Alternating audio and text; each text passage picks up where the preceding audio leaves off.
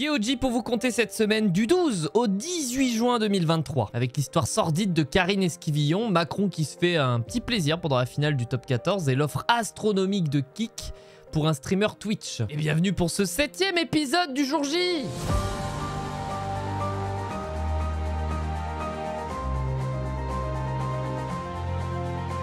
Et je me devais de commencer cet épisode par l'histoire horrible du meurtre de Karine Esquivillon. Portée disparue depuis le mois d'avril, toute la famille de Karine s'était mobilisée afin de la retrouver. Des posts sur les réseaux sociaux, des interviews à la télévision menées en grande partie par le père de la famille, Michel Pial, disant notamment que sa femme était partie du jour au lendemain sans véritablement donner de raison. Ce discours tiendra pendant 3 longs mois avant ce 16 juin 2023 où Michel Pial avouera le meurtre de sa compagne, signalant au passage que ses enfants étaient au courant de rien et qu'il leur a menti à eux aussi. Je vous laisse regarder le genre de message que pouvait laisser ce monstre sur les réseaux sociaux, c'est absolument monstrueux. Je viens de croiser un menteur, là carrément je m'assois. La version donnée par le mari serait qu'il essayait de vendre son fusil et qu'en le prenant en photo pour le mettre sur internet, une balle serait partie par accident du fusil et aurait tué sa compagne quasiment sur le champ. Pris de panique, il aurait alors été l'enterrer à 15 km de là dans une forêt avoisinante. C'est bien sûr pas sans rappeler l'affaire de la petite Fiona ou encore de Jonathan Daval bien sûr, et comme disait une petite voix il y a quelques années, méfiez-vous des apparences. Si TF1 veut relancer une saison, un de ces 4, au moins ils manqueront pas de candidats, c'est déjà ça. Fou de voir à quel point les humains peuvent être manipulateurs même quand il s'agit de son propre sang quand même. Je souhaite bien évidemment beaucoup de courage à la famille et surtout je leur souhaite que l'accident soit moins reconnu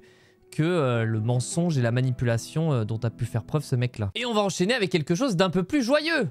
En tout cas pour les Toulousains. Le Stade qui emporte donc le top 14 à l'issue d'une finale mémorable qui sera décidée dans les dernières minutes grâce à un essai de folie. Grosse dramaturgie sur cette finale et pour moi je vous avoue que ça a été un petit peu un supplice. Ayant vécu à La Rochelle ou alentour pendant une grosse partie de ma vie et étant actuellement à Toulouse et ayant vécu pendant pas mal d'années à Toulouse, je vous avoue que j'ai été un petit peu indécis concernant cette finale, même si évidemment mon cœur penchait plutôt pour La Rochelle.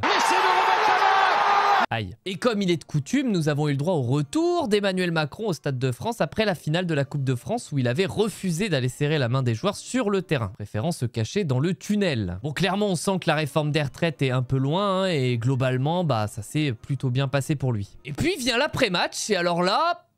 Alors, je sais qu'en ce moment, il y a beaucoup de fausses images, de fausses vidéos qui circulent grâce notamment aux intelligences artificielles, tout ça, etc. Autant là, il va falloir me croire sur parole quand je vous dis que ces images, elles sont totalement et 100% authentiques. On y va. Comme ça.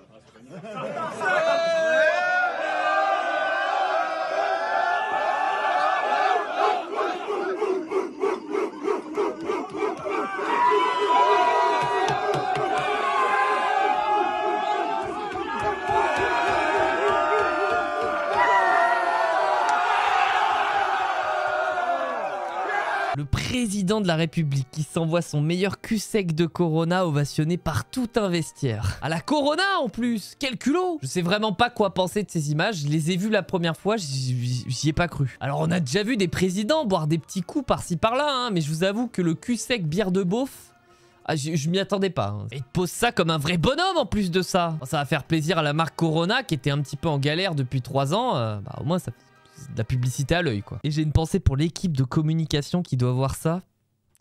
Ça doit être merveilleux. Mais la vérité, et je peux vous assurer, c'est que là, il vient de prendre 10 points dans les sondages avec ce genre d'image. Hein. Je vois la moitié des ivrognes du pays en train de taper dans leurs mains, en train de crier « bois, bois, bois » ou « il est des nôtres hein. ». Bientôt les compiles TikTok duel de cul sec avec Macron. Bref, je sais pas quoi en penser, donc bah, vous prenez cette info et vous en faites bon usage. Et on va terminer avec la news geek sale de la semaine avec la signature de XQC sur Kik, moyennant la somme de 100 millions de dollars. Alors XQC, moi personnellement, je l'ai connu grâce à la bataille des pixels et grâce à ce mème devenu maintenant iconique. Le musée ne reviendra pas. Je ne rappelle pas BTS.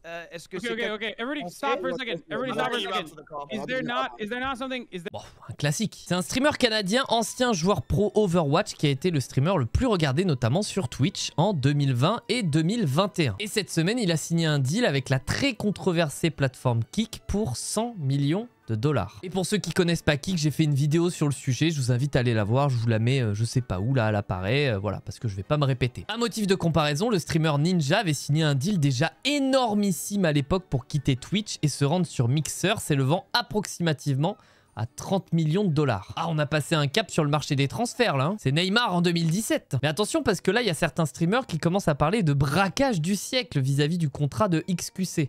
Alors pourquoi? Eh bien le contrat qu'a signé XQC est ce que l'on appelle dans le milieu un contrat non exclusif. Et ça, c'est totalement dingue pour des sommes pareilles. Dans les faits, il sera obligé de stream du contenu sur Kick, mais pourra très bien également live sur Twitch ou YouTube de temps à autre sans aucun problème. Et si ça peut paraître débile vis-à-vis de Kick de proposer ça, c'est en fait un peu plus subtil. En effet, l'avantage de continuer à stream sur Twitch, c'est que XQC pourra faire la passerelle bien plus facilement entre les deux plateformes. On prend un exemple, il termine un live sur Twitch, il annonce qu'il va live sur Kick dans quelques minutes, il balance le lien directement dans le chat Twitch, et boum, la passerelle est faite. Et il attire la communauté sur l'autre plateforme. Et c'est peut-être ça l'erreur qu'a pu faire Mixer, par exemple, en son temps. Kick, quand bien même leur structure de base est très contestable évidemment, est en train de changer les codes du streaming de façon très maligne. Maintenant, c'est ça passe ou ça casse, hein, parce qu'ils vont pas pouvoir se permettre des dépenses comme ça ad vitam aeternam. On verra comment ça évolue, mais quelque chose me dit qu'on est très loin d'en avoir fini avec la guerre des plateformes. Et quant à moi, vous pouvez toujours me retrouver sur Twitch, bien sûr. On fait du vroom vroom en ce moment sur F1 23 avec le volant, tout ce qui va bien, donc n'hésitez pas à me rejoindre. Également sur Twitter, Insta et TikTok. Regardez, je buzz de fou sur TikTok.